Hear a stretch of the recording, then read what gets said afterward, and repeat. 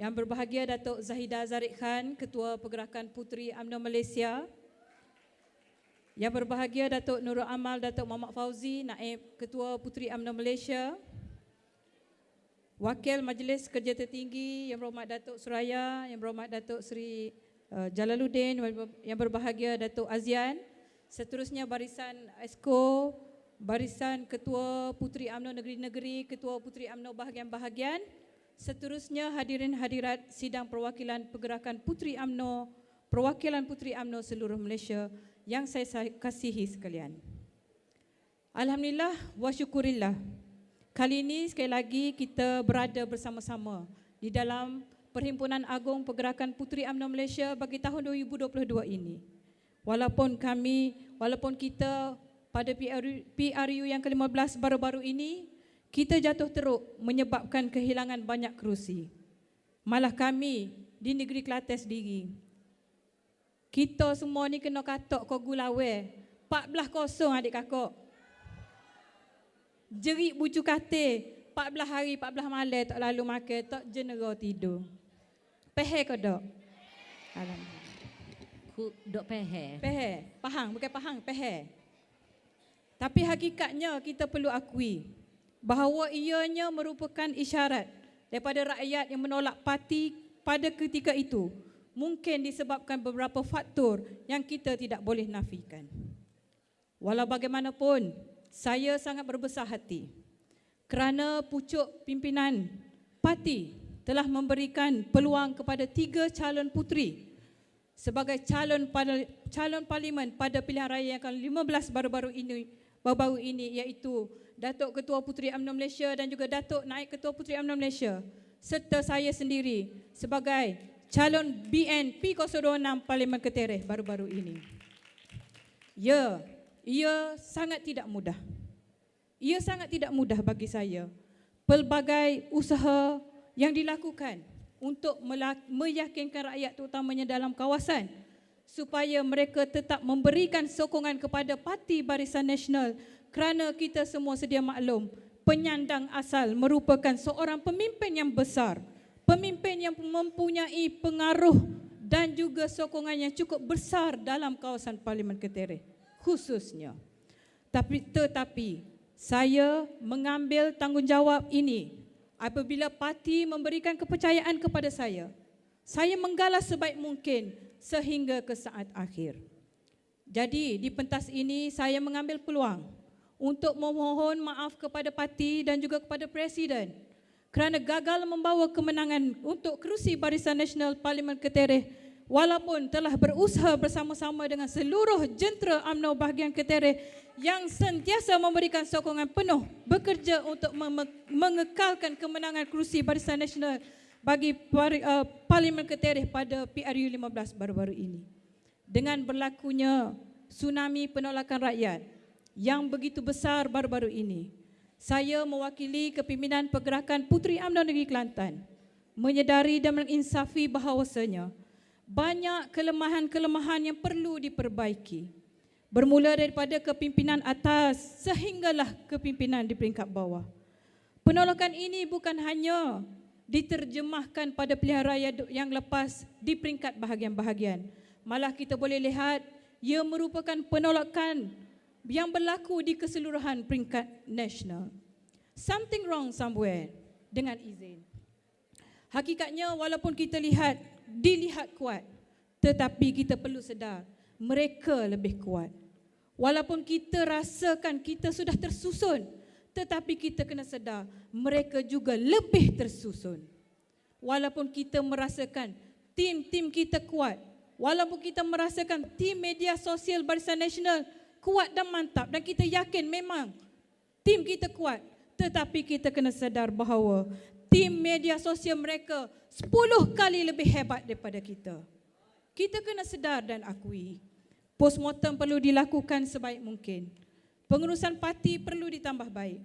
Strategi peperangan dan juga pengurusan jentera perlu diubah secara drastik. Ayuh kita semua bermula daripada pemimpin nombor 1 sehingga kita semua kepada semua pemimpin-pemimpin di peringkat bahagian dan juga di peringkat cawangan. Marilah kita bermuhasabah diri. Perubahan besar yang drastik perlu dilakukan. Pemikiran-pemikiran lama perlu diubah secara total. UMNO perlu dilihat segar dan dapat mengembalikan kepercayaan rakyat semula seperti mana awal penubuhan parti UMNO Barisan Nasional terlebih dahulu. Puteri mengharapkan supaya pemimpin kita perlu menghapuskan budaya-budaya warlord. Saya yakin kita semua bersetuju kerana sekiranya ada lagi budaya-budaya ini, ia akan mematikan kepercayaan kita orang-orang muda di peringkat jentera di peringkat bawah. Bukalah seluas-luasnya peluang kepada idea-idea yang fresh dan juga up to date seiring dengan kemajuan dan juga arus kemodenan dan kepesatan teknologi semasa. Tepuk dada tanya diri kita sendiri, baik diri saya, baik diri kita semua di hadapan, di atas pentas dan juga kepada pemimpin-pemimpin kita di atas, kepada ketua-ketua UMNO bahagian. Kita kena terima, adakah kita hanya tahu bercakap, hanya pandai melontarkan pandangan dan juga idea sahaja, tetapi hakikatnya kita masih mengamalkan budaya warlord di bahagian masing-masing. Ya, sebenarnya kami nampak, kami tahu benda ini tetap berlaku. Masih ada yang berkepentingan diri semata-mata, bukan menuding jari kepada sesiapa. Tetapi kita semua perlu bermuhasabah diri, kena kenal dengan diri terlebih dahulu. Apa yang kita buat itu baik dan juga apa yang kita buat itu adakah tidak baik ataupun baik. Tanya diri dan jawablah pada diri sendiri supaya kita kenal siapa diri kita sendiri sebelum kita mengenali siapakah musuh dan juga lawan kita di hadapan. Ini adalah kerana jutaan pengundi muda dan juga jutaan rakyat di luar sana sedang memerhatikan kita. Mereka sedang melihat apa pemimpin-pemimpin UMNO sekarang sedang lakukan. Mereka sedang memerhati kita. Adakah kita masih bercakaran sesama sendiri ataupun kita sudah mula mengatur dan juga bersolidariti dan berada dalam saf kepimpinan yang baik? Mereka sedang memerhati. Adakah kita masih tidak sedar diri? Adakah kita masih alpa ketika kita ada kuasa mahupun ketika tiada kuasa? Mereka juga sedang memerhati. Adakah kita ada buat perubahan ke arah yang lebih baik ataupun masih berada di dalam takut yang lama? Mereka juga sedang memerhati, adakah UMNO merupakan parti yang benar-benar dapat membantu kehidupan mereka dan juga dapat memahami denyut nadi rakyat. Mereka juga sedang memerhati, adakah UMNO menjadikan parti ini sebagai parti kepentingan peribadi ataupun untuk membuka ruang demokrasi bagi meyakinkan rakyat dan juga penyokong. Ini merupakan persoalan-persoalan yang mungkin berada dalam kepala mereka rakyat di luar sana, yang mahu lihat sebuah parti dan juga kerajaan yang baik kepada rakyat. Apapun saya yakin, dengan apa yang berlaku baru-baru ini, kekalahan yang teruk pada PRU 15 baru-baru ini, pemimpin kita mampu membuat satu perubahan yang besar untuk survival parti dan juga dapat mengembalikan kepercayaan rakyat kepada parti UMNO suatu hari nanti, bukan hanya mengembalikan kepercayaan orang-orang UMNO semata-mata. Sidang perwakilan yang saya hormati sekalian, perancangan Allah itu sangat unik dan juga menarik. Walaupun kita kalah pada PRU yang ke-15, kita tetap berada dalam kerajaan.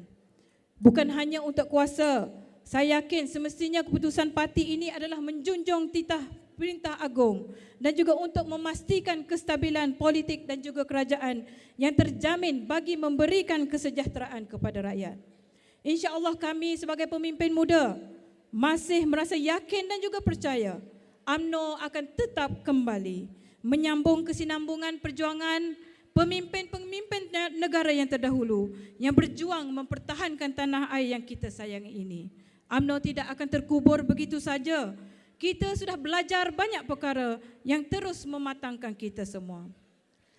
Sekalipun UMNO jatuh ke dalam lubang yang dalam, akar-akar tunjang UMNO masih terpacak teguh di dalam bumi Malaysia ini, subur membawa semangat roh-roh pejuang-pejuang tanah air yang memperjuangkan hak kemerdekaan, memperjuangkan agama, bangsa dan negara kita sejak daripada awal hingga kini. Tunggulah Andai bukan hari ini, mungkin esok. Andai bukan minggu depan, mungkin bulan depan. Kalau tidak tahun depan, tahun-tahun yang akan datang, kebangkitan yang maha hebat akan berlaku kepada parti kita. Akan tumbuhnya pemimpin-pemimpin pelapis muda yang bakal berjuang bersama untuk memastikan kelangsungan kebangkitan parti bagi memayungi rakyat Malaysia, tetapi dengan syarat dan juga jaminan UMNO perlu kekal relevan dan juga melakukan perubahan yang total dalam parti.